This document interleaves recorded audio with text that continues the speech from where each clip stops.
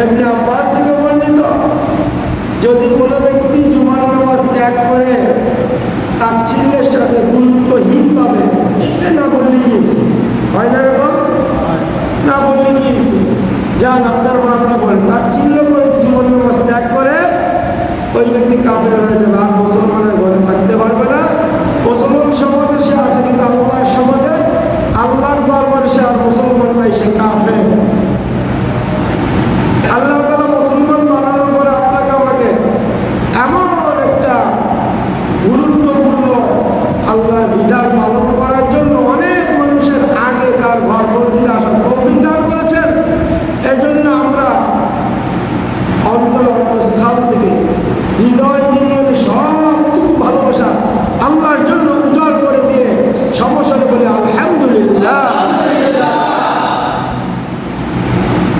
আল্লাহ বলেন লাইন শাকারতুম লাযিদান্নাকুম ওয়া লাইন কাফারতুম ইন্না আযাবি লাশাদীদ।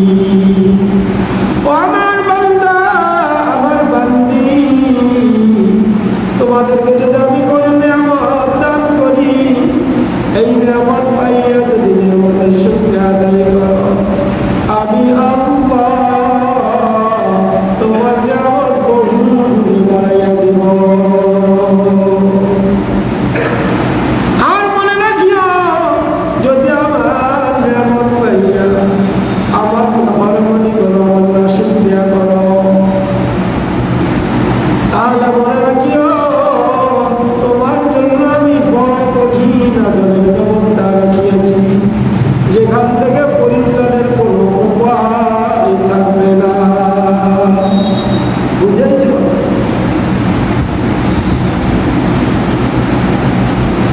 নিয়ামত দিলাম বান্দা তোমাকে আমার হুকুম পালন করার জন্য, তোমাকে হাত দিলাম, পাও দিলাম, তোমাকে চোখ দিলাম, কান দিলাম, বুদ্ধি দিলাম, বিবেক দিলাম, তোমার পোষাবের জন্য পোষাবের রাস্তা সহজ করে দিলাম। যদি পোশাক বন্ধ হয়ে যায়, টাকা টাকা নেমে যায়, ডাক্তারের জন্য দৌড়াইতে হয়। একটা দিন আমি আল্লাহ তোমাকে পোশাক বন্ধ করলাম না, পোশাকের রাস্তা ক্লিয়ার রাখলাম, বাগানের রাস্তা তোমার জন্য ক্লিয়ার করে রাখলাম। একটা নিয়ামত তোমার পোশাককে সঠিকভাবে পরিচালনা করার জন্য তোমাকে আমি দামি দামি দুইটা কিডনি দান করলাম, তোমাকে রাস্তা চলার জন্য তোমাকে দুইটা পা দান করলাম। আল্লাহ এত কিছু পাইয়াও যদি আমার নাফরমানি করো, কোন নিয়ামতটা অস্বীকার করো না তুমি? তোমাকে আমি কোনটা দেই নাই তাই বলো। তোমার মা তোমাকে দিতে পারে নাই, তোমার বাবা তোমাকে দিতে পারে নাই, তোমার নেতা তোমাকে দিতে পারে নাই, তোমার সমাজ তোমাকে দিতে পারে নাই, সব আমি দিয়েছি। ও বান্দা, আমার কোন কোন নিয়ামত তুমি অস্বীকার করবো বলো? কোনটা আমি তোমাকে দেই নাই এইটা বলো। আমি দেই নাই তোমার কোনো দুনিয়ার বন্ধু, তোমার কোনো দুনিয়ার নেতা তোমাকে দিয়েছে, আমি দেই নাই। এমন কোন নিয়ামতটা আছে তোমার ভিতরে, এটা দেখাও। আমি আইনি আলা ইউরাব্বিকুমা তুকাদ্দিবান। ও বান্দা, কোন নিয়ামতটা আমি দেই নাই দেখাইয়া দে। তোর মাথা থেকে পা পর্যন্ত দুনিয়া চলার জন্য যা যা লাগে সব তো আমি আল্লাহ তোকে দিলাম। আর মনে তুই আমার মনে করে শয়তানের পিছনে দৌড়াস, আমার হুকুম মানিস না। আল্লাহ বলেন, বলে কবি বলতেছে কি দিলাম করবে অদেল দারি না করবি নেমক্ষতা নেমকতানি শিখাস্তি। আল্লাহ বলে, আমার বান্দা তোকে এত নিয়ামত দিলাম, তোকে আমি ভালোবাসলাম, তোকে ভালো না বাসলি তো তোর মার পেট থেকে তুই বেরোতে পারবি না সহজভাবে। তোকে ভালো না বাসলি দুইটা শখ আমি দিতাম না দেখার জন্য দুনিয়ায়। যার শখ নেই অন্তকে জিজ্ঞাসা করো দুনিয়ায় না দেখার কষ্টটা কত। তোকে আমি আল্লাহ ভালো না বাসলে তোকে জিব্বা দিতাম না, কথা বলার সুযোগ হতো না। একজন বুড়ো মানুষ কত কষ্ট পায় তার মনের কথা বুঝাইতে পারে না।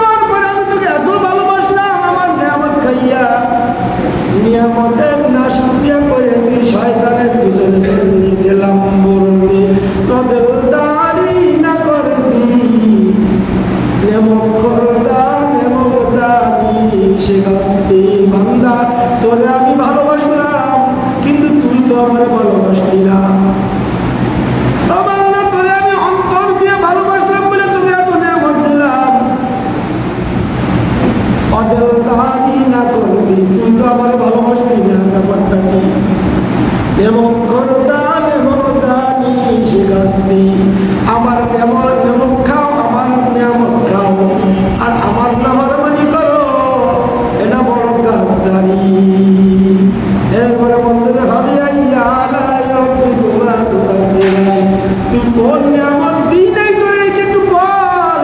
যদি এমন হয় যে আমি দিই তোর অনুকূল দিয়েছে, তাহলে সেটা বল বল। এরপরে বলতে পারোস না, তারপরে আমি আল্লাহর নাফরমানি করস, একটু কি তোর পরাণ কাঁপে না? ইয়া মাশারাল জিন্নি ওয়াল ইনস ইন ইসতাতাতুম আন তানফুযু ফানফুযু লা তানফুযুনা ইল্লা বিসুলতান। ও বান্দা, তোরে এত করে বুঝাইলাম কোরআনের মাধ্যমে, নবীদের মাধ্যমে, আলেমদের মাধ্যমে, তারপরে যখন তুই আমার ভালোবাসলি না, আমি আল্লাহ বলে দিচ্ছি যা আমার পৃথিবীতে আর থাকিস না, বের হয়ে যা আমার পৃথিবী থেকে। ও বান্দা, নবীদের মাধ্যমে বুঝাইলাম তোকে, কোরআনের মাধ্যমে বুঝাইলাম তোকে, নবীর হাদিসের মাধ্যমে বুঝাইলাম তোকে, আমার ওলামা একরামের মাধ্যমে বুঝাইলাম তোকে। আর যখন তুই বুঝলি না, আমার ভালো না বাসে শয়তানের ভালোবাসলি, যা আমার পৃথিবী থেকে বের হয়ে যা, বের হয়ে যা, থাকিস না। কারণ এই পৃথিবী আমার, এই জমিন আমার, এই সূর্য আমার, বাতাস আমার এই নামত তুই ভোগ করতে পারবি না, বের হয়ে যা। আল্লাহ রাগ হয়ে একটু অভিমান করে বলছে আমাদেরকে ফিরানোর জন্য, যে বান্দাকে ফিরে আসে। আমরা বলে লা তানফুযু ইল্লা বিসুলতান। ও বান্দা, পারবি না, আমার পৃথিবী ছেড়ে যাওয়ার ক্ষমতা তোর নাই। আমার পৃথিবীর বাইরে যদি কোথাও যাওয়ার সুযোগ দেয়, তোরা পারবি না। সেখানেও আমি আল্লাহর রাজত্ব বিরাজমান, সুতরাং তুই যাইতে পারবি না। সব্বার আগার তওবা শিকাস্তি বাজা বাজা বাজা ইয়া আইয়ুহাল্লাযীনা আমানু তুবু ইলাল্লাহি তাওবাতান নাসুহা। ও বান্দা, পারবি না, তোর পৃথিবীর বাইরে যাওয়ার সাধ্য নাই, আমার দুনিয়ার বাইরে যাওয়ার সাধ্য নাই। যেখানে যাবি সেখানে আমি আল্লাহর রাজত্ব বিরাজমান। সুতরাং আইয়ুহাল্লাযীনা তুবু ইলাল্লাহ, আমি আল্লাহর কাছে তওবা কর, আমি আল্লাহর দরবারে ফিরে আয়, ফিরে আয়। আমি আল্লাহ তোর গুনাহ মাফ করে আমার আপন বানায় নিব। সুবহানাল্লাহ। সুতরাং আল্লাহ রাব্বুল আলামিন যে আপনাকে আমাকে তার একটা হুকুম পালন করার জন্য তৌফিক দান করেছেন, তার ঘরে এসে আসার তৌফিক দিয়েছেন, এজন্য আমরা অন্তরস্থল থেকে আবার বলি আলহামদুলিল্লাহ। সব ভাইরা আসতে পারে নাই, তাদের জন্য দোয়া করে আল্লাহ যেন তাদেরকেও শয়তানের পরামর্শ থেকে ফিরাইয়া আল্লাহর আহ্বানে সাড়া দিয়ে আল্লাহর ঘরে আসার তৌফিক দান করে। সবাই বলুন আমিন। আল্লাহ রাব্বুল আলামিন আমাদের হেদায়েতের জন্য দিলেন কাকে? একজন শ্রেষ্ঠ পয়গম্বর, ঠিক না? শ্রেষ্ঠ পয়গম্বর, শুধু শ্রেষ্ঠ নয়, সর্বশ্রেষ্ঠ পয়গম্বর, ঠিক না বেটি? সর্বশ্রেষ্ঠ পয়গম্বর। এই জন্য কোন কবি বলছেন, হে আল্লাহর রাসূল, আপনার প্রশংসা আপনি নিজেই। তবে আমরা এতটুকু বলি, বাতাস খুদা বুজুর্গ তুই আছে, ইসা মুক্তাসার, আল্লাহর পরেই আপনার স্থান। পৃথিবীতে আর কারোর স্থান, দুনিয়া আখিরাতে কারোর স্থান এমন নাই, আপনি আল্লাহর পরেই আপনার স্থান। এমন নবীকে আল্লাহ তাআলা আমাদেরকে দিয়েছেন, কিন্তু সেই নবীর জন্য আমরা কি করছি? আল্লাহ ভালোবেসে আমাদের এমন একটা শ্রেষ্ঠ পয়গম্বর দিলেন, যার মর্যাদা আল্লাহর আরশের থেকেও বেশি, যার মর্যাদা আল্লাহর ঘর বাইতুল্লাহ শরীফের থেকেও বেশি, যার মর্যাদা সমস্ত মাখলুকের থেকে ঊর্ধ্বে, সবার ঊর্ধ্বে। এই জন্য আল্লাহ কোন এক কবি বলতেছেন, মোহাম্মদরা আগার পয়দা না করতে জমিন আসমান পয়দা না হতে। আবার আল্লাহ যদি মোহাম্মদকে সৃষ্টি না করতেন, আসমান জমিন নৌবল তারকারাজি, আল্লাহ কোন মাখলুক আল্লাহ সৃষ্টি করতেন না।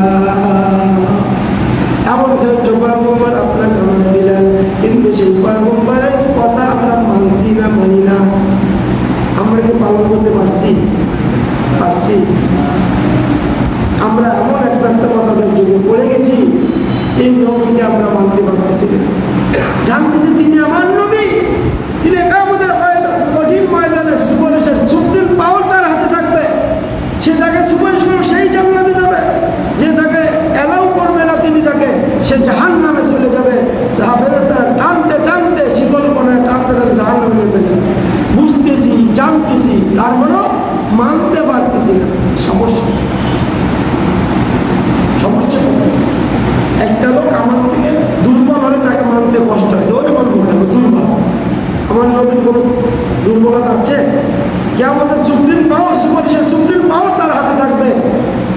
আর তিনি নবীজি আমাদেরকে সব থেকে বেশি ভালোবাসছেন। সাহাবাদের বলছেন আমার ভাইদেরকে যদি দেখতে পারতাম। সাহাবারা বললেন হুজুর আমরা কি আপনার ভাই না?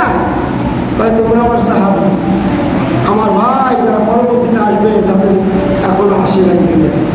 আমাদের ভাই বলে সম্বোধন করলেন। আমরা কি করতেছি? কিন্তু আমাদের ব্যাপারে একটা আশঙ্কাও প্রকাশ করে গেছেন নবীজি।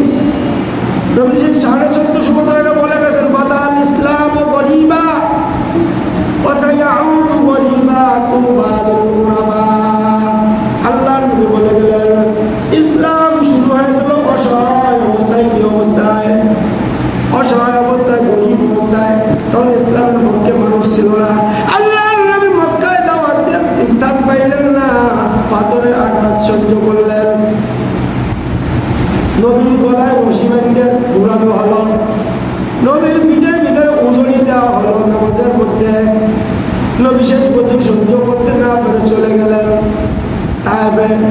শিখানো মারতে মারতে আমার নবীকে পাথরের নিচে ঢেকে ফেলছিল কাফেররা।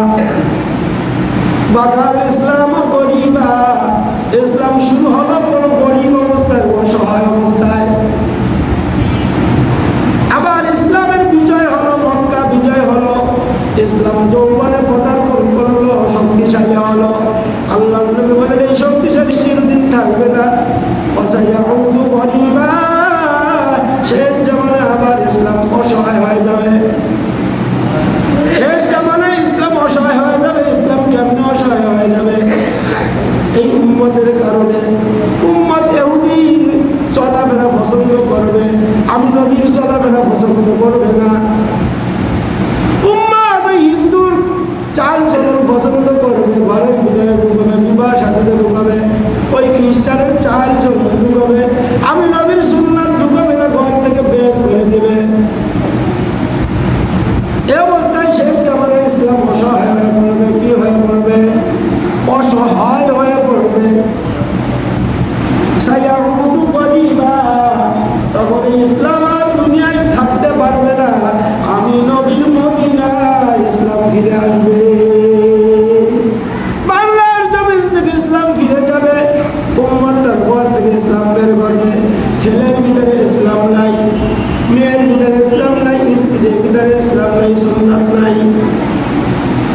খাবার টেবিলে সুন্নাত নাই, সন্তানের লেখাপড়ার ভিতরে নবীর সুন্নাত নাই।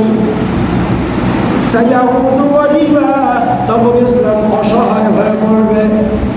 বাংলার জমিন থেকে ইসলাম মদিনায় চলে, সায়াউদু গরিবা, অসহায় অবস্থায় চলে যাবে।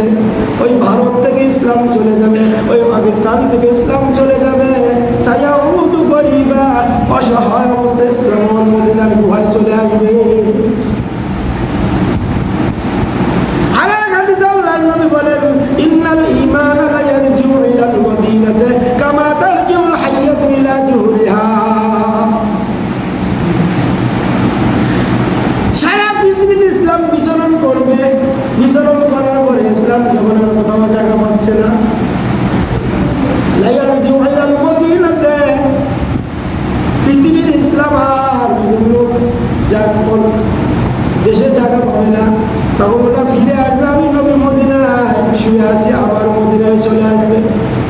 কামা তারজিউল হাইয়াতু ইলা জুহরিহা, যেমন একটা সাপ সারাদিন আধার বা খাবার অন্বেষণ করে সন্ধ্যার সময় তার গর্তে ফিরে আসে, ইসলাম সারা পৃথিবীতে বিচরণ করে আমার মদিনার গর্তে চলে আসবে। নবীর কথা এখন বাস্তবের হচ্ছে কি হচ্ছে না? আজ আজান হইতেছে, মসজিদ খালি,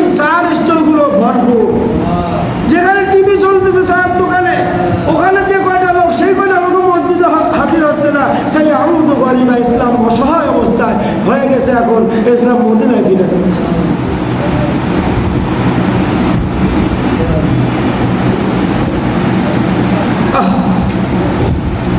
এই জন্য নবী বললেন শেখ জামানায় তোমার ইমান রক্ষা করার জন্য একটা মাধ্যম হলো, সর্বোত্তম মাধ্যম হলো আমার সুন্নাতকে আঁকড়ে ধরা। আমি নবীকে ভালোবাসা, আমি নবীর ভালোবাসা অন্তরে পোষণ করে আমার সুন্নাতকে আঁকড়ে ধরবে, তাহলে তোমার ইমানকে তুমি রক্ষা করতে পারবে। নবী ঘোষণাও দেয়, আল্লাহ ঘোষণা দিলেন কোরআনের ভিতরে, ইন কুনতুম তুহিব্বুনাল্লাহ ফাত্তাবিউনি ইউহিব্বুকুমুল্লাহ ওয়া ইয়াগফির লাকুম যুনুবাকুম ওয়াল্লাহু গফুরুর রহিম। আল্লাহ কোরআনে বলে, হে নবী আপনি আপনার উম্মতদেরকে জানাই দিন, তারা যদি আমি আল্লাহকে ভালোবাসতে চায়, তাকে ভালোবাসতে চায়, আল্লাহকে ভালোবাসতে চায়, তাহলে তারা আপনি নবীর সুন্নাতকে আঁকড়ে ধরে। আপনি নবীকে ভালোবাসতে হবে, নবীর সুন্নাতকে আঁকড়ে ধরতে হবে। ছেলের ভিতরে সুন্নাত আনতে হবে, খাবার টেবিলে সুন্নাত আনতে হবে, পরিবারের ভিতরে নবীর সুন্নাত আনতে হবে, বিবাহ শাদীর অনুষ্ঠানে আমার নবীর সুন্নাতকে হাজির করতে হবে। আমার ছেলে মেয়ের শিক্ষার ভিতরে সুন্নাতকে আনতে হবে, নবীর পছন্দনীয় কাজকে আনতে হবে। তাহলে আপনি আমি আমার ইমান শয়তানের খপ্পর থেকে, ইহুদি খ্রিস্টানের বিস্তৃত জাল থেকে আপনার আমার ইমানকে রক্ষা করা যায়। কে বলছে? আল্লাহ। কে বলছে? এরপর আল্লাহ কি বলতেছেন? তো এর মধ্যেও যদি তোমাদের কোনো গুনাহ ত্রুটি ভুল ত্রুটি হয়ে যায়, আমি আল্লাহ ওটা মাফ করি। শর্ত কি? শর্ত কি? নবীর সুন্নাতকে আল্লাহর নবীও ঘোষণা করে গেলেন, মান আহাব্বা সুন্নতি ফাকাদ আহাব্বানি ওয়া মান আহাব্বানি কানা মাই ফিল জান্নাহ। ও দুনিয়ার মানুষ, আমার উম্মতের নারী পুরুষরা, আমি নবী বলে যাচ্ছি, তোমরা যখন ঈমান পরিপন্থী বিপদে পড়ে যাবে, তখন আমি নবীর সুন্নাতকে আঁকড়ে ধরো। যদি আমি নবীর সুন্নাতকে আঁকড়ে ধরি সর্বক্ষেত্রে, আমি নবীর ভালোবাসা পেয়ে যাইবে। আমি নবীর ভালোবাসা যদি পেয়ে যাও, কিয়ামতের কঠিন ময়দানে যেদিন মা সন্তানের পরিচয় দিবে না, যেদিন সন্তান মায়ের পরিচয় দিবে না, বাবা সন্তানের পরিচয় দিবে না, স্ত্রী স্বামীর পরিচয় দিবে না, স্বামী স্ত্রীর পরিচয় দিবে না, ভাই ভাইয়ের পরিচয় দিবে না, এমন কঠিন মুহূর্তে আমি নবীর সুন্নাতকে যদি আঁকড়ে ধরো, আমি নবীর ভালোবাসা যদি দুনিয়াতে তুমি কষ্টের মধ্যে করে থাকো, আমি নবীর সঙ্গে একসঙ্গে জান্নাতে যাইবা।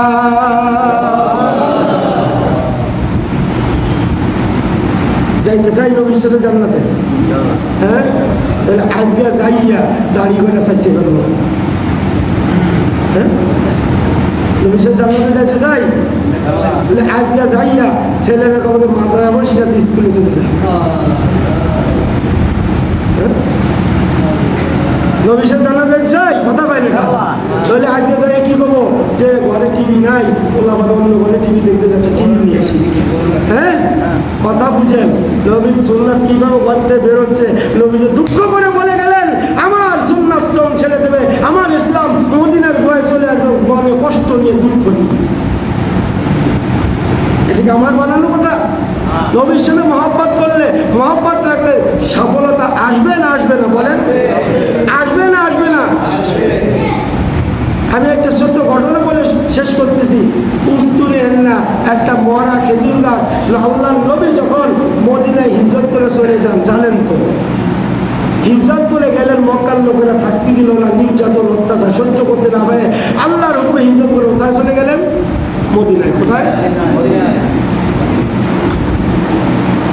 আজকে যে মসজিদে নববী দেখেন, এই মসজিদের নববীটা কত সুন্দর। যারা গেছেন, যাওয়ার তৌফিক হয়েছে তারা দেখছেন, যারা না গেছেন তারা তো ছবিতে দেখেন, কত মনোরম। গেলে মনটা ভরে যায়, আর বের হতে মনে চায় না। আল্লাহ নিয়েছিল, ওখানে পড়েই থাকতাম, হোটেলে কখনো আসতাম, বেশি ক্ষুধা লাগে তখন আসতাম, আর বাইরে তো খাওয়ার সুযোগ নেই। তখন খাইয়ে কোনো মতো আবার মসজিদে পড়ে যায়, এত মজা লাগতো, কান্তি মনে চায়, জিকির করতে মনে চায়, শুনে থাকতেও মনে চায় না। হোটেলে কত আরাম, তারপরে হোটেলে যাইতে মনে চায়। আল্লাহ সবাইকে আল্লাহর ঘর এবং নবীর রওজা জিয়ারত করার তৌফিক দান করুন। ওই জায়গাটা ছিল এক কওমে বাগান, পুরনো কবর, দু একটা কবরও ছিল, ভাঙ্গা কলমল ছিল। তো ওখানে জায়গায় বললেন, হিজত করে যে বলেন, ওই কলমদেরকে ডাকলেন যে সামনি তোমাদের এই বাগানের মূল্যটা নিয়ে নাও, আমি এখানে আল্লাহর ঘর বানাবো, মসজিদ বানাবো। ওরা কয় আপনি বানান, আমরা মূল্য আল্লাহর কাছ থেকে নেব। আমরা মুসলমান, আনসার, মদিনার আনসার, আপনি ঘর বানান, আমরা মূল্য আপনার কাছ থেকে নেবো না, আল্লাহর কাছ থেকে নেব। সুবহানাল্লাহ বলেন। আমাকে মসজিদে এসে 100 করে এসে 5 টাকা দিতে 2 হাত পকেটে আসতে পারে, পকেটে টাকা থাকে না। আর এত বড় টাকা দিয়ে দিল, আমরা আল্লাহর কাছ থেকে মূল্য নেবো। আর আমার মুসলমান ভাইরা মসজিদ আকসা মসজিদ নামাজ পড়তে পকেটে হাত দেয়, লাল বসেও যায়, পকেটে হাত দেয়, 2 হাত দেওয়ার পরে টাকা বুঝে পায় না, বুঝলেন? আর বন্ধুরা সিগারেট ব্যঞ্জনটা খায় না 20 টাকা দিয়ে, ওই যে 60 স্টলে বসে 100-200 টাকা খরচ করে ফেলে। আল্লাহ যখন চায়, আমি কি বলি মাঝে মাঝে, বাক্স থেকে আমি পাঠাই, যখন যায় তখন আল্লাহর পক্ষ থেকে আল্লাহ ডাকতে তাই মানগল্লা দিল্লাহ খরচ আছে না, এই আমার বাক্স আছে, এটা আমার খরচ দিবি দিস, তার আমি অনেক গুণ বানাই দেবো। আমরা কই না, আল্লাহ করে, সে হাতে পকেটে টাকা থাকে না। যাক হুজুর, আপনি বানান মসজিদ, আমরা মূল্য আল্লাহর কাছ থেকে নেবো। মসজিদ বানানো হয়ে গেল, গরিব অবস্থা, কত টাকা পয়সা তো ছিল না, খেজুর গাছের খুঁটি ছিল, আর ওখানে সাউন্ডে ছিল খেজুরের কথা। আর এরকম সুন্দর মেম্বারও ছিল না। আর এরকম জুমার বয়ান করবে কেমন নবীজি, তো ওই খেজুরের মরা একটা খেজুরের কাইটা ওইটা খাড়া করে কাজ করে দিয়ে ওইটার পরে বসে বসে কী করতেন, বয়ান করতেন। তা কিছুদিন পরে তোর অবস্থা ভালো হলো, এক সাহাবী মহিলা, ওনার একজন মিস্ত্রি ছিল, সে জঙ্গল থেকে ওই ঝাউ গাছ কাইটে, ভাবলা গাছ বলে অথবা ঝাউ গাছ কেটে এনে সুন্দর একটা মেম্বার বানাই দিলেন। কি বানাই দিলেন? এরকম আল্লাহ মান আহাব্বা সুন্নতি ফাকাদ আহাব্বানি ওয়া মান আহাব্বানি কানা মাই ফিল জান্নাহ। আল্লাহর নবী বলে, আমাকে মহব্বত করতে হলে আমার সুন্নাত ছাড়া যাবে না, আমার সুন্নাত যদি পালন করো আমি নবী মহব্বত করব। আমি নবীর মহব্বত যদি একবার পেয়ে যাও, কিয়ামতের কঠিন ময়দানে আমি নবীর সঙ্গে জান্নাতে যাইতে পারবা। এবার খেজুর গাছটাকে এইবার মেম্বার বানানো হলো, খেজুর গাছটা পাশে সরাই রাখা হলো। হাদিস প্রমাণ করে নাসাই শরীফের বর্ণনা আছে, তোমাকে তেমন নাসাই শরীফ স্পষ্ট বর্ণনা।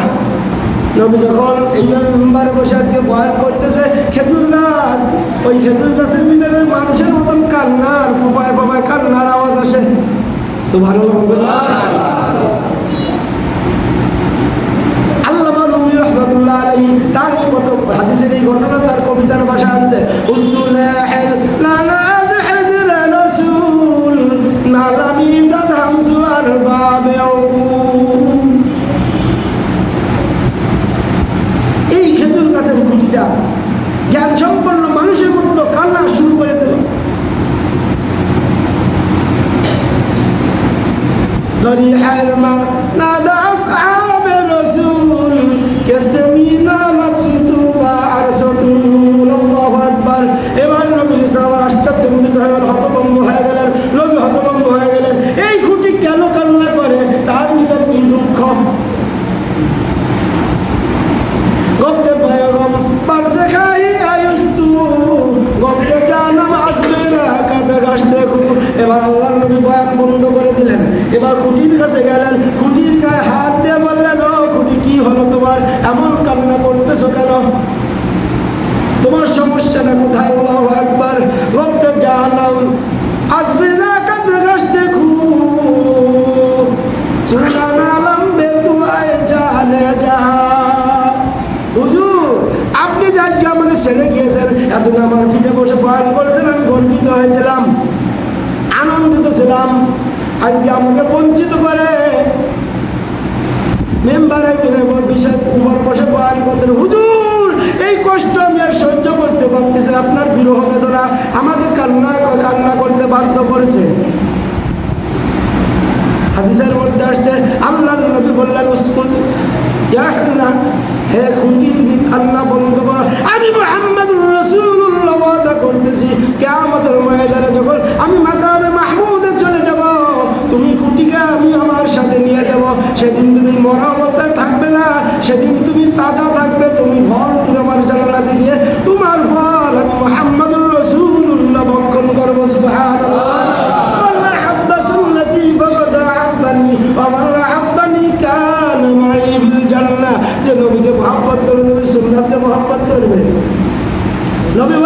সঙ্গে জান্নাতে তার প্রমাণ। একটা মরা খেজুর গাছ যদি কান্না করে মহানবীর মোহাব্বত প্রকাশ করে নবীর থেকে ওয়াদা নিতে পারে জান্নাতে যাবে। আপনি আমি শ্রেষ্ঠ মাখলুক, নবীর আদরের উম্মত, কেন আপনার আমার মধ্যে যদি নবীর মোহাব্বত আসে কেন জান্নাতে যাইতে পারবো না?